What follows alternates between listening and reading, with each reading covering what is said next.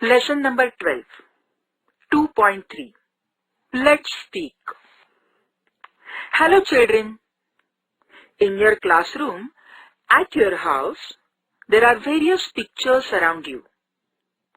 Every picture has story, and we can also speak some lines on that picture. Let's learn how to say few lines on pictures. Look at this first picture. A. Doctor. I go to the doctor when I am sick. He gives me medicines. B. Policewoman. A policewoman controls the traffic. She helps people cross the road. C. Conductor. A conductor works in a bus.